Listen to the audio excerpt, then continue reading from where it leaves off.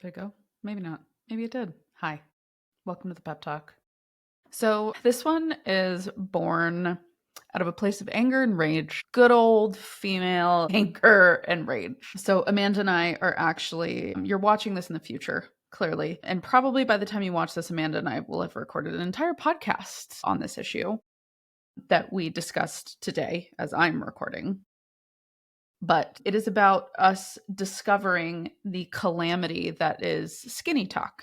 So, if you are on TikTok, I bet there's a chance you've probably seen content that you didn't realize was SkinnyTok. And if you are not on TikTok, allow me to give you a little bit of a rundown of what happens. So, certain topics or trends will start getting highlighted on TikTok. And what people will do is we'll take that topic and add talk to the back of it. So mental health talk. I'm trying to think of like skincare talk, running talk, like whatever like topic or trend can easily be made like a talk topic. So skinny talk is exactly as you think it is. It is essentially a resurgence of the body consciousness of your nightmares to my fellow millennials. It's just this obsession with this idea of being thin, and that women are recognizing that all of their problems have been wrapped up in the fact that they have been quote unquote overweight and fat.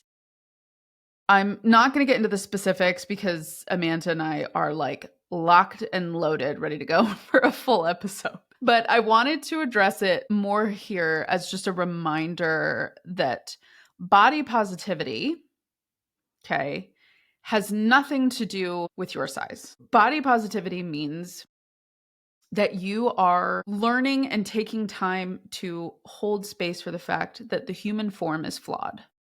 The human form is inherently imperfect. Literally, not a single body is the same. We're not the same. We carry weight differently. We have different muscle density. We have different height. We have different hair, eye color, face structure, bone structure. Everything about every single one of us is different. All of your family members look different, even though you're from the same family, unless you have a twin. And even then, there's like little things that make you look different, even if you're identical. Body positivity, and this is something that is brought up on quote unquote skinny talk, which is that body positivity lied to us, that it told us that it was okay to be like quote unquote fat and unhealthy. Categorically not true. It is a movement that is about accepting that your body as it is not an indicator of your worth. It is not an indicator of whether or not someone would love you. It's not an indicator of whether or not you can or cannot love yourself. It's about seeing and embracing your body for what it is, that it's a vessel for you to be here. It's the thing that helps you move around and live in this space on earth. And that to treat it well and to respect it and honor it as it is in this very moment is the most radical act of self-love. And I just wanted to record this little message to you that if you find yourself in the environment that we're in, where we're leaning, unfortunately, more into these more conservative and restrictive ways of thinking and living, that if you are feeling not good enough in your body as it is, I really invite you to take time to just put down that weight. Put down the weight of not liking yourself or hating yourself or feeling self-conscious, and give yourself the chance to just breathe. There are so many messages still about why we're not enough as we are and how we could be better, and this, and follow this influencer for that, and follow this influencer for this, and this person has a secret for this, and it's exhausting. It is exhausting to exist. It's always been exhausting to exist, but it feels particularly exhausting right now because of the mental load that we are exposed to constantly, and the upheaval that we're living through, the uncertainty that we're living through. And there's already enough going on. And I want to extend to you the opportunity to have some freedom that you're okay. You're okay. Your body is okay. And if you are on a health journey of just trying to eat a little bit better, eat things that are actually good and nourishing for your body, eat enough for your body, if you're incorporating movement, that in and of itself is enough. You are enough right in this very moment. You don't have to wait until you hit your goal in 2 months to feel like you are enough. You are enough right now in this moment. And if you were sitting here in front of me, this is exactly what I would say to you. That you are enough. You have always been enough. And it is more than okay to want to do things differently. It is more than okay to want to change things.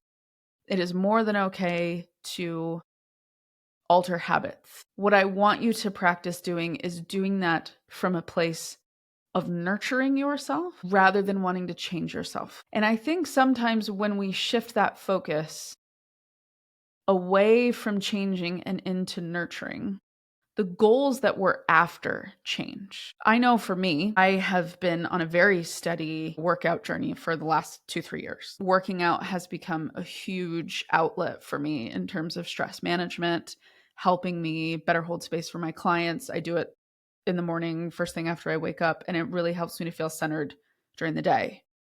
And the goal long ago ceased being looking a certain way. For me, it is a ritual that allows me to feel grounded. And when I started doing it from that place, it actually got easier. It didn't feel so heavy. It didn't feel so burdensome. I've seen some changes to my body. I'm definitely more toned, more fit. I have more endurance. I haven't dropped like tens of pounds by any stretch of the imagination. And so if you find yourself in that journey as well, I just want to share that the second I leaned into a space of doing this more because I'm learning how to love myself differently, that I no longer became so stressed about achieving a particular outcome. And so I'm really extending you the opportunity, the same thing, to back to what I said a few minutes ago, like put this weight down. Put the weight down that you have to punish yourself because you happen to have a body and that your body has flaws and that maybe there's some things you don't like. You're okay. And I'm willing to bet you are being much more hard on yourself than you need to be because that's how humans are. We judge ourselves differently than how other people see us. I know I struggle a lot with how I look. And I'll leave you with another quick personal story. So when I was a kid, obviously I have very curly hair still, and I did when I was a kid. And I started middle school in the year of our Lord, and stick straight hair was what was in. And I had big fluffy hair and I didn't know what to do with it. And I hated it. Hated it so much. I remember one time there was this girl in the hallway when I was walking to class in 7th grade that came up behind me and she pulled a curl in like the back of my head and she went, ew. It's like looking back, what does that even mean? But anyway, and it was something that made me stand out. That's really what it was that I hated about it. It was something that made me stand out. And even when I would try to straighten my hair, first of all, it would take forever. And even when I did, it was still like super thick, like, and it just looked weird and it didn't work. And so there were a couple friends of mine who had gone. So I grew up about an hour north of New York City. And so I had friends that would go into the city and go to these specialty salons and get their hair chemically straightened. And I would beg my mom. I begged my mom to take me to do that. And she wouldn't do it. And she would say to me, curly hair is what you have, and you need to learn how to deal with it. And I was so angry at her, but I had to learn how to deal with it. I had to learn how to take care of my hair. I had to learn how to nurture what was on my head. And I didn't have the internet. I didn't have social media to figure it out. And it was trial and error. And I went through gel and I went through mousse, and it was the worst. It was so bad. And it took forever to figure out how to do my hair in a way that I liked. And finally, when I was in my early 20s, I realized it was the thing that made me wonderfully different. And I liked that I wasn't like anybody else. And I liked that it was a unique part of me. And it's the thing that people identify me with now. I had really bright red hair for a really long time. And that obviously is a standout. But my curls have always been the thing that have made me me, even if it's gone in and out of trend, even if,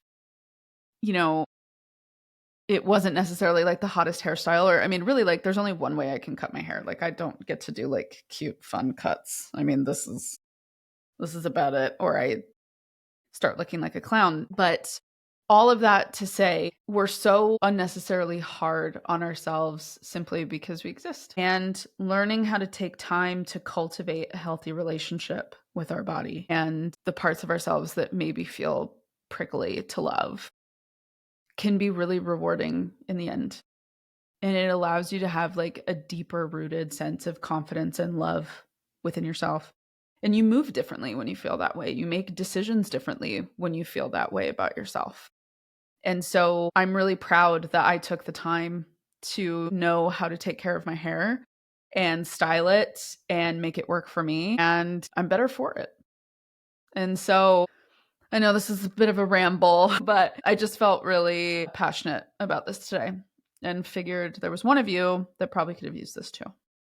So, long story short, body positivity is about your relationship with you. It's not telling you how you have to be, how you have to move, what you shouldn't do, what you should do. It is about you building a relationship with you. So, you're the best. And let me know in the comments if this was something that you needed to hear or what your thoughts are. Love to chat with you. Bye.